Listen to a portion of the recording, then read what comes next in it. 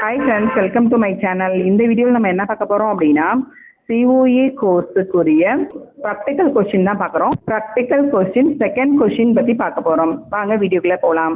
இதில் ஃபஸ்ட்டு பார்த்தீங்கன்னா customising the task bar, making the task bar wider அப்படின்னு கேட்டிருக்காங்க. ஸோ இதுக்கு என்ன ஆன்சர் அப்படின்றத வாங்க பார்க்கலாம். இதை மினிமைஸ் பண்ணிடுறேன். பண்ணிட்டு பார்த்தீங்கன்னா முதல் டாஸ்க் பார்னா என்னன்னு தெரிஞ்சுக்கணும். டாஸ்க் பார் அப்படின்றது என்னன்னா, இங்கே ஸ்டார்ட் பட்டன் இருக்கும் பாருக்கு பேரு டாஸ்க் பார் அப்படின்னு பேரு. இந்த டாஸ்க் பாரை நம்ம என்ன செய்யலாம், மவுஸில் இங்கே வச்சுட்டு ரைட் சைடில் கிளிக் பண்ணீங்கன்னா இவ்வளோ ஆப்ஷன்ஸ் வந்து நமக்கு ஓப்பன் ஆகும். இதில் லாஸ்ட் டாஸ்க் பார் அப்படின்ட்டு இருக்கா, இந்த டாஸ்க் பார் டிக்கில் இருக்கணும். டிக்கில் இருந்தால் தான் இந்த டாஸ்க் பார் அப்படின்றது லாஸ்ட்ல இருக்கும். நம்ம கிளிக் பண்ணி மூவ் பண்ணால் கூட எந்த இடத்துலையும் மூவ் ஆகாமல் இருக்கும்.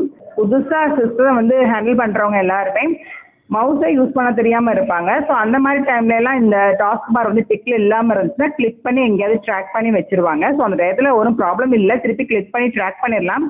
ஆனால் அவங்களுக்கு வந்து இது புதுசாக நம்ம இது பண்ணிட்டோமோ அப்படின்ற ஒரு ஃபியர் இருக்கும். ஸோ அதனால் அவங்கள மாதிரி ஆளுக்காகவே நம்ம என்ன பண்ணலாம், இதை லாக் பண்ணி வச்சுக்கலாம். இது ஸ்டாண்டர்டாக இங்கே தான் இருக்கும்.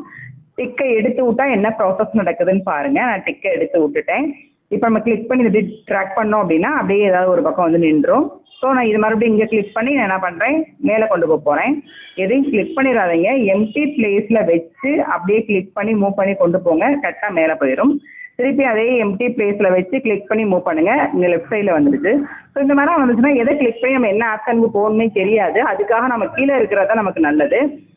அதனால நம்ம என்ன செய்கிறோம், கீழே கொண்டு வந்து வச்சிடறோம். கீழே கொண்டு வந்து வைக்கிறதுக்கு எப்போதும் போல் எம்டி பேஸில் வச்சு கிளிக் பண்ணி ட்ராக் பண்ணுங்கள். அதுக்கப்புறம் இந்த டாஸ்க் பாரில் ரைட் சைடில் கிளிக் பண்ணி லாக் த டாஸ்க் பார் அப்படின்றத நீங்கள் லாக் பண்ணிட்டீங்கன்னா இது எப்படி கிளிக் பண்ணி ட்ராக் பண்ணாலும் மூவ் ஆகாது. இது ஃபஸ்ட்டு. நெக்ஸ்ட்டு வைடர் அப்படின்னா என்னென்னா, டாஸ்க் பார் வைடர் அப்படிங்கிறது இந்த இருக்கு இல்லையா, இதுதான் வைடர். இது ரைட் சைடில் கிளிக் பண்ணி லாக் த டாஸ்க் பார் இருக்கு இல்லையா, அந்த டிக்கை எடுத்து விட்டதுமே இது வந்து எனபிள் ஆகும். கரெக்டாக டபுள் ஆரோ, ஒயிட் கலர் ஆரோ இருக்கா, இங்கெல்லாம் பார்த்தா நமக்கு ஒயிட் கலர் ஆரோ சிங்கிளாக இருக்குது. கரெக்டாக இந்த பார்டரில் வச்சோம் அப்படின்னா மேலேயும் கீழேயும் இருக்க ஆரோ மாதிரி நமக்கு அது சிம்பிள் வருது. இப்போ கிளிக் பண்ணி நம்ம ட்ராக் பண்ணோம் அப்படின்னா இந்த டாஸ்க் பாரோட அகலத்தை எவ்வளோ நாளும் நாம் ஒயிட் பண்ணிக்கலாம். அதனால தான் அகலப்படுத்திக்கலாம். அதனால தான் இதை வந்து நம்ம ஒய்டர் அப்படின்னு சொல்கிறோம். இதை குறைக்கணும் அப்படின்னு நினச்சனாலும் நம்ம குறைச்சிக்கலாம். ஸோ ஃபஸ்ட்டு கொஸ்டினுக்கு இதான் ஆன்சர். கஸ்டமைசிங் த டாஸ்க் பாரை எப்படி வந்து கஸ்டமைஸ் பண்ணுறது, அதே மாதிரி making the task bar wider வந்து நம்ம எப்படி வந்து ஒயிட் பண்ணுறது, அதை வந்து நம்ம குறைக்கிறது அப்படின்றத பார்த்துட்டோம். Next controlling size of start menu option அப்படின்னு கேட்டிருக்காங்க. ஸோ இந்த கொஸ்டினுக்கு என்ன ஆன்சர் அப்படின்னா, எப்போதும் போல் இதை மினிமைஸ் பண்ணிடலாம். இங்கே ஸ்டார்ட் மெனு இருக்கு இல்லையா, ஸ்டார்ட் மெனு கிளிக் பண்ணிக்கோங்க.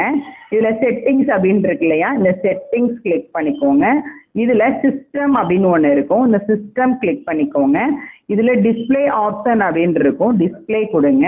இந்த ஆப்ஷனில் பார்த்தீங்கன்னா ஸ்கேல் அண்ட் லேஅவுட் 125 அப்படின்னு இருக்குது. ஆனால் நாம் இங்கே நார்மலாக வச்சு யூஸ் பண்ணுறது 100 தான் வச்சு யூஸ் பண்ணுவோம். 100 கொடுத்த உடனே பார்த்தீங்கன்னா இந்த ஸ்க்ரீனில் இருக்கக்கூடிய எல்லா லெட்டரும் பார்த்தீங்கன்னா ஸ்ட்ரிங் ஆகி, அதாவது சின்னதாக சுருங்கி நமக்கு காட்டும். இதை வந்து நம்ம என்ன பண்ணிக்கலாம், நம்ம தேவையான அளவுக்கு மாற்றி வச்சுக்கலாம். இந்த இடத்துல மட்டும் இல்லை, நீங்கள் இதை மினிமைஸ் பண்ணிட்டு பார்த்தீங்கன்னா பின்னாடி பேக்கில் இருக்க இந்த டெஸ்க்டாப்பில் இருக்க ஐகான்ஸ் கூட ரொம்ப குட்டியாக மாறி இருக்கு. அதனால நம்ம இந்த இடத்துல போய் என்ன பண்ணலாம், சைஸை கொஞ்சம் இன்க்ரீஸ் பண்ணி பார்க்கலாம். டிஸ்பிளே நம்ம கொடுத்துருக்கோம், இங்கே 100 கொடுத்துருக்கோம். இந்த சேஞ்ச் ஆஃப் சைஸ் அப்படின்ற இடத்துல நாம் என்ன பண்ணுறோம், இந்த இடத்துல 125 அப்படின்றத கொடுத்து முடிச்சதுமே பாருங்கள் எல்லாமே கொஞ்சம் பெருசாகுது. 125 உங்களுக்கு வித்தியாசம் தெரியல அப்படின்னா 150 கொடுத்து பாருங்கள். சும்மா தெரிஞ்சுக்க தானே போகிறோம். ஸோ இவ்வளோ பெருசாக நம்ம வேணாலும் வச்சுக்கலாம். ஆனால் நமக்கு 125 போதுமானது. இப்போ மினிமைஸ் பண்ணிவிட்டு டெஸ்க்டாப்பில் இருக்க ஐகான்ஸ்லாம் பாருங்கள் எவ்வளோ பெருசாக இருக்குன்னு.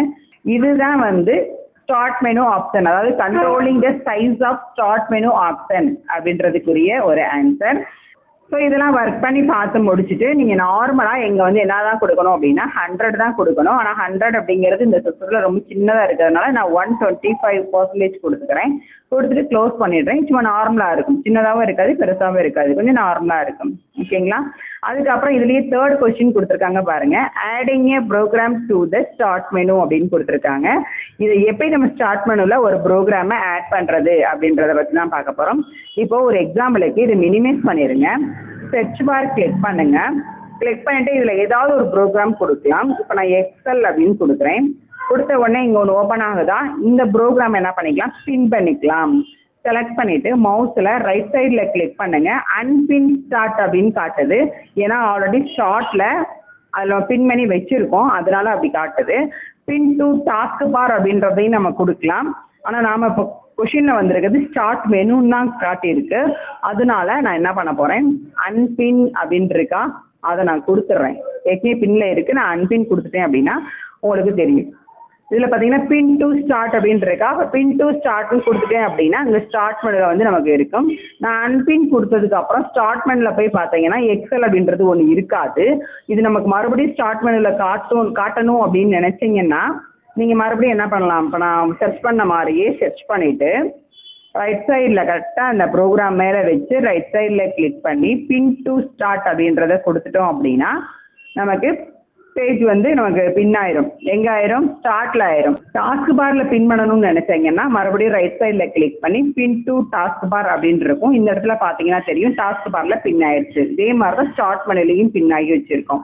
ஸோ இந்த மாதிரி ஆட் பண்ணிக்கலாம். பல ப்ரோக்ராம்ஸை நம்ம எந்த இடத்துல வேணாலும் வச்சு நம்ம ஆட் பண்ணிக்கிற முடியும். இதுதான் இந்த கொஷினுக்குரிய ஆன்சர்.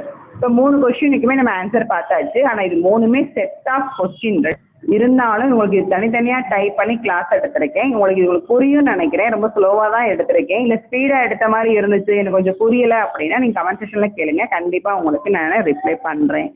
ஓகே ஃப்ரெண்ட்ஸ், இந்த வீடியோ உங்களுக்கு ரொம்ப யூஸ்ஃபுல்லாக இருக்குன்னு நினைக்கிறேன். யூஸ்ஃபுல்லாக இருந்துச்சுன்னா லைக் பண்ணுங்கள், ஷேர் பண்ணுங்கள், மறக்காமல் சப்ஸ்கிரைப் பண்ணி வச்சுக்கோங்க.